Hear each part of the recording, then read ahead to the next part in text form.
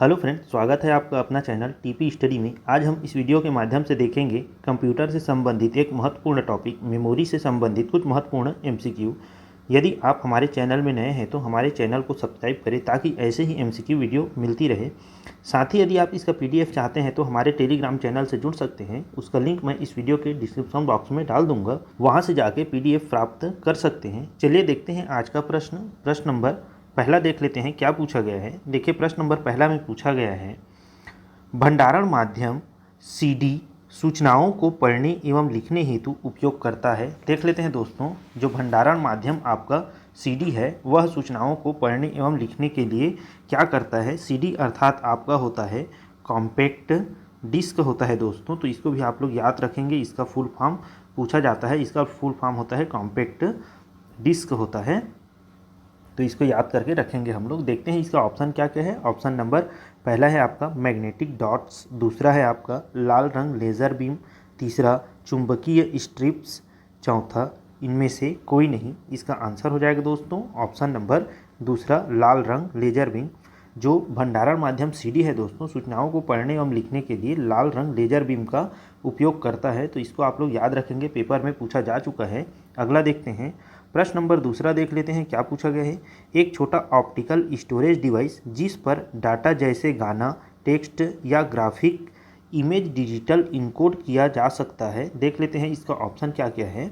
Option number पहला compact disc, दूसरा floppy disk, तीसरा फाइल सर्वर, चौथा इनमें से कोई नहीं।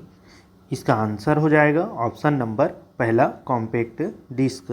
देखिए, यह एक छोटा ऑप्टिकल स्टोरेज डिवाइस है दोस्तों, जिसमें आपका गाना, टेक्स्ट, ग्राफिक्स डिजिटल इनपुट किया जाता है आपका जो कॉम्पैक्ट डिस्क है उसमें, तो इसको आप लोग याद करके रखेंगे। अगला देखते हैं, प्रश्न नंबर तीसरा देख लेते हैं क्या पूछा गया है। सीपीयू एवं बाह्य मेमोरी के मध्य एकल आदान प्रदान को क्या कहते हैं। देख लेते हैं दोस्तों, जो सीपीयू है और बाह्य मेमोरी है आपका, उसके मध्य जो एकल आदान प्रदान होता है उसको क्या कहते हैं पूछा है। तो देख लेते हैं इसका ऑप्शन नंबर पहला इनपुट आउटपुट साइकिल, दूसरा डाटा यूनिट, तीसरा बस साइकिल, चौथा बिट नोड। इसका आंसर हो जाएगा दोस्तों ऑप्शन नंबर तीसरा बस साइकिल। अगला देख लेते हैं, प्रश्न नंबर चौथा देख लेते हैं क्या पूछा गया है। निम्न में से अलग कौन है। देख लेते हैं दोस्तों, जो ऑप्शन दिया है उनमें से अलग कौन है उसको देखते हैं। इसका ऑप्शन नंबर पहला सीडी या डीवीडी, दूसरा फ्लॉपी डिस्क, तीसरा एसडी डिस्क, चौथा बायोस या इसी को बोला जाता है आपका बेसिक इनपुट आउटपुट सिस्टम बोला जाता है दोस्तों। तो इसको आप लोग याद रखेंगे कि इसका फुल फॉर्म भी पेपर में पूछा जाता है, बेसिक इनपुट आउटपुट सिस्टम। तो देख लेते हैं इसका आंसर क्या होगा। इसका आंसर हो जाएगा दोस्तों ऑप्शन नंबर चौथा बायोस। देखिए दोस्तों, अगर हम लोग बात करें कि इन तीनों आपका, ये तीनों है आपका एक मेमोरी डिवाइस है दोस्तों,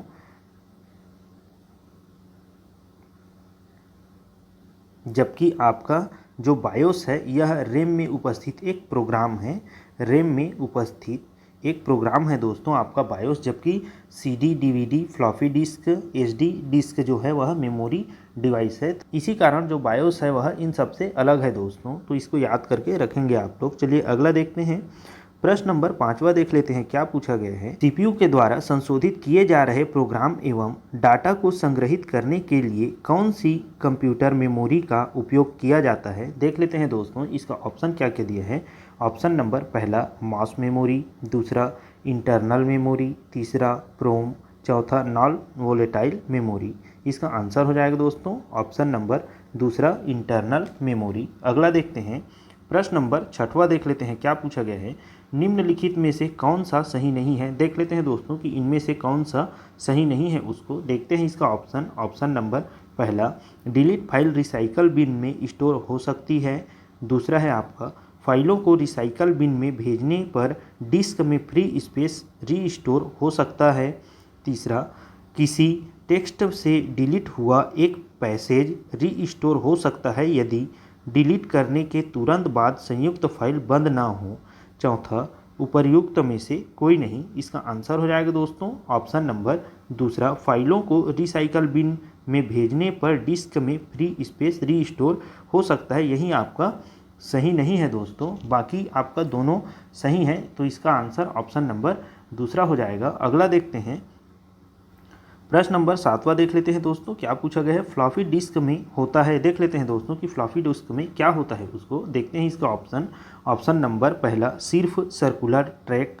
दूसरा सिर्फ सेक्टर, तीसरा 1 और 2 दोनों, चौथा उपर्युक्त में से कोई नहीं। इसका आंसर हो जाएगा दोस्तों ऑप्शन नंबर चौथा, उपर्युक्त में से कोई नहीं।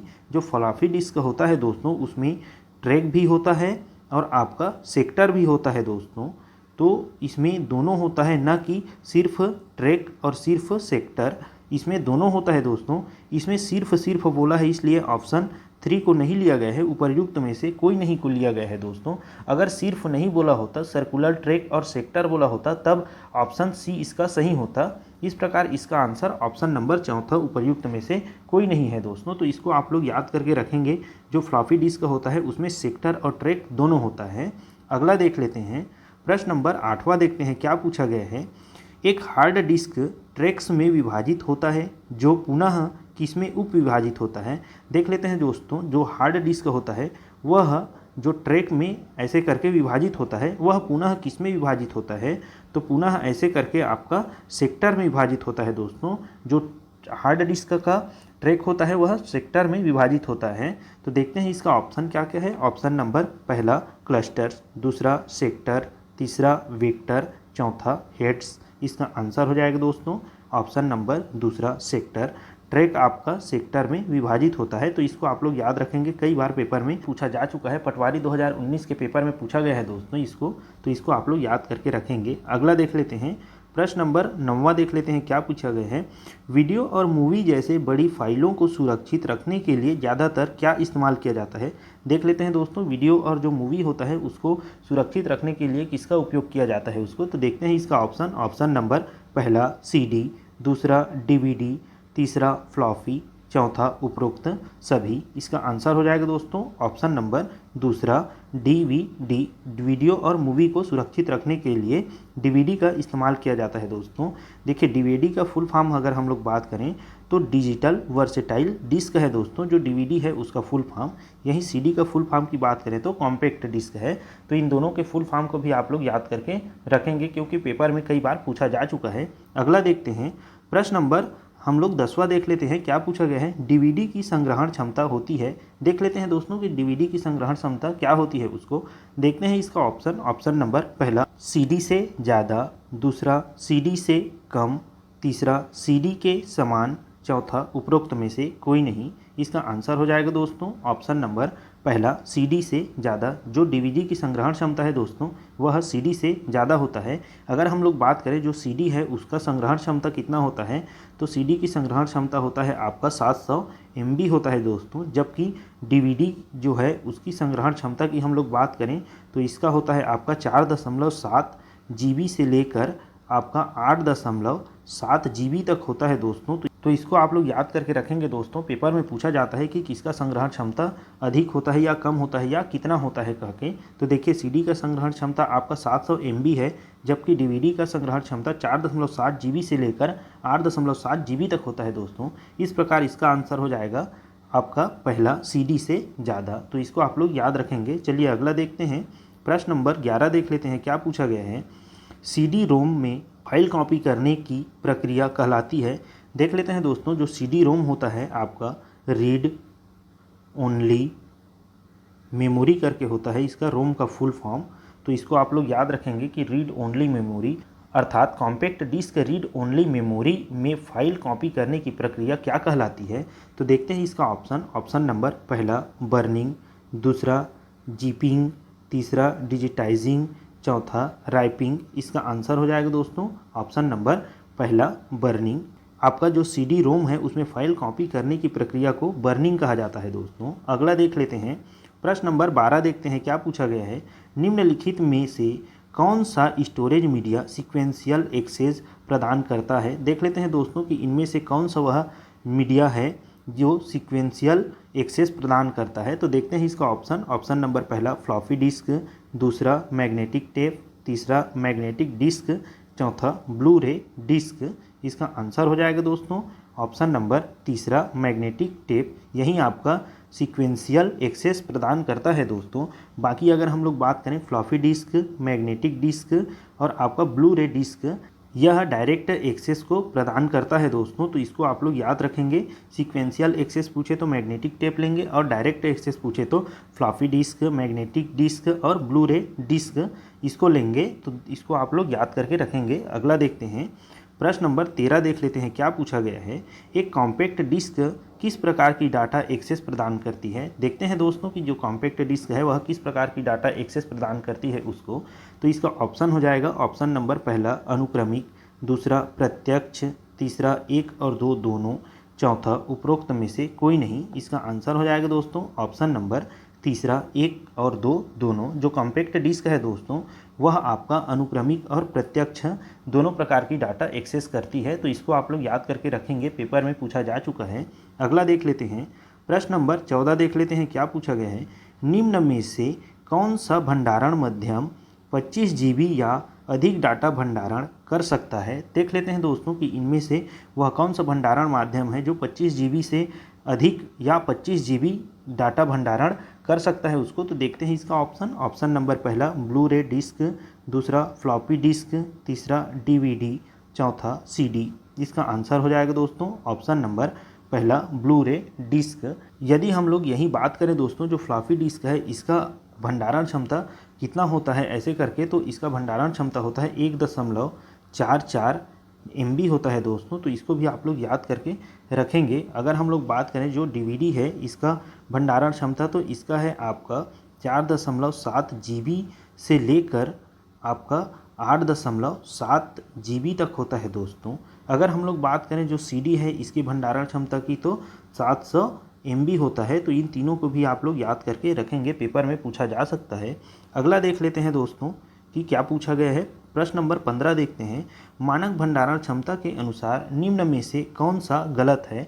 देख लेते हैं दोस्तों इसका ऑप्शन नंबर पहला फ्लॉपी डिस्क 144 MB, दूसरा CD 700 MB, तीसरा DVD 4.7 GB, चौथा ब्लू रे डिस्क 25 GB। इसका आंसर हो जाएगा दोस्तों ऑप्शन नंबर पहला फ्लॉपी डिस्क 144 MB। यही गलत है दोस्तों। फ्लॉपी डिस्क का 144 MB नहीं होता भंडारण क्षमता, जबकि उसका होता है 1.44 MB होता है, न कि आपका 144 MB। बाकी CD का 700 MB होता है, DVD का 4.7 GB होता है और ब्लू रे डिस्क का 25 GB होता है दोस्तों। तो इसको आप लोग याद करके रखेंगे, पेपर में पूछा जाता है, बहुत इंपॉर्टेंट है। चलिए अगला देख लेते हैं, प्रश्न नंबर 16 देख लेते हैं क्या पूछा गया है। निम्नलिखित में से कौन सा एक ऑप्टिकल ड्राइव है। देख लेते हैं दोस्तों कि इनमें से कौन सा ऑप्टिकल ड्राइव है उसको।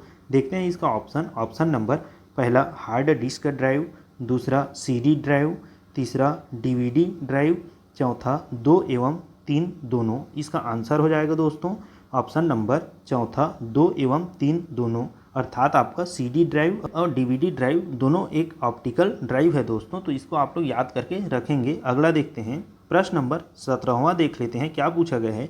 मैग्नेटिक स्टोरेज डिवाइस का उदाहरण है। देख लेते हैं दोस्तों कि इनमें से कौन मैग्नेटिक स्टोरेज डिवाइस है उसका उदाहरण है उसको। तो देखते हैं इसका ऑप्शन नंबर पहला फ्लैश मेमोरी ड्राइव, दूसरा CD रोम ड्राइव, तीसरा हार्ड डिस्क ड्राइव, चौथा ऑप्टिकल ड्राइव। इसका आंसर हो जाएगा दोस्तों ऑप्शन नंबर तीसरा हार्ड डिस्क ड्राइव। यही आपका मैग्नेटिक स्टोरेज डिवाइस है दोस्तों। तो इसको आप लोग याद करके रखेंगे। अगला देख लेते हैं, प्रश्न नंबर 18 देखते हैं क्या पूछा गया है। उस तेज गति मेमोरी का नाम बताइए जो मुख्य मेमोरी से अस्थायी तौर पर प्रोग्राम का एक भाग संग्रहित करता है। देख लेते हैं इसका ऑप्शन नंबर पहला सेकेंडरी मेमोरी, दूसरा प्राइमरी मेमोरी, तीसरा बबल मेमोरी, चौथा कैश मेमोरी। इसका आंसर हो जाएगा दोस्तों ऑप्शन नंबर चौथा कैश मेमोरी। यही आपका तेज गति की मेमोरी है दोस्तों, जो मुख्य मेमोरी से अस्थायी तौर पर प्रोग्राम का एक भाग संग्रहित करता है। तो आप इसको याद करके रखेंगे। चलिए अगला देखते हैं, प्रश्न नंबर 19 देख लेते हैं क्या पूछा गया है। निम्नलिखित में से कौन सा आंकड़ा भंडारण भविष्य के लिए कच्चा और प्रसंस्कृत आंकड़ों को एकत्रित करता है। देख लेते हैं इसका ऑप्शन नंबर पहला CPU, दूसरा मेमोरी यूनिट, तीसरा ALU, चौथा CU। इसका आंसर हो जाएगा दोस्तों ऑप्शन नंबर दूसरा मेमोरी यूनिट। यही आपका भविष्य के लिए कच्चा और प्रसंस्कृत आंकड़ों को एकत्रित करता है दोस्तों। अगर हम लोग यहीं देखें जो सीपीयू है इसका फुल फॉर्म की बात करें दोस्तों, तो सीपीयू का फुल फॉर्म होता है सेंट्रल प्रोसेसिंग यूनिट होता है दोस्तों। तो इसको भी आप लोग याद रखेंगे। अगर हम लोग बात करें जो ALU है इसका फुल फॉर्म क्या होता है, तो इसका फुल फॉर्म होता है आपका अरिथमेटिक लॉजिक यूनिट होता है दोस्तों। तो इसको भी आप लोग याद करके रखेंगे। यहीं अगर हम लोग बात करें कि जो CU होता है इसका फुल फॉर्म क्या होता है, तो इसका फुल फॉर्म होता है आपका कंट्रोल यूनिट होता है दोस्तों। तो इसको भी आप लोग याद करके रखेंगे, पेपर में पूछा जाता है फुल फॉर्म करके। तो इसका आंसर है आपका ऑप्शन नंबर दूसरा मेमोरी यूनिट। चलिए देखते हैं अगला प्रश्न।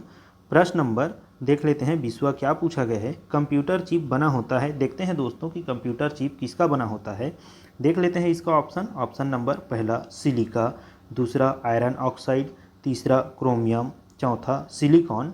इसका आंसर हो जाएगा दोस्तों ऑप्शन नंबर चौथा सिलिकॉन। जो कंप्यूटर चिप होता है दोस्तों वह सिलिकॉन का बना होता है। ये बहुत इंपॉर्टेंट है, कई बार इसको पेपर में पूछा जा चुका है दोस्तों, तो आप लोग इसको अच्छे से याद करके रखेंगे। चलिए अगला देखते हैं। प्रश्न नंबर 21 देखते हैं दोस्तों क्या पूछा गया है।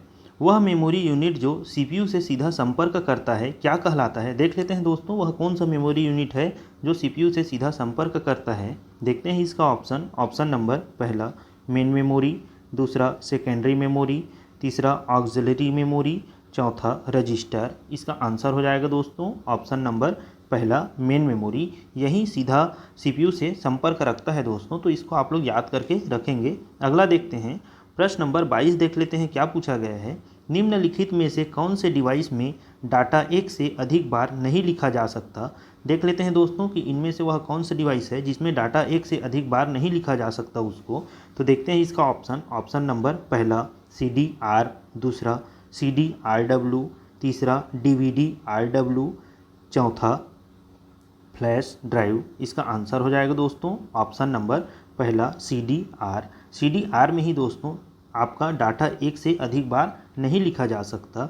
अगर हम लोग बात करें जो CDRW है आपका रीराइटेबल और DVD रीराइटेबल है, इसमें एक से अधिक बार डाटा लिखा जा सकता है दोस्तों। बस CD रीड है उसमें लिखा नहीं जा सकता। तो इसको आप लोग याद करके रखेंगे। अगला देखते हैं।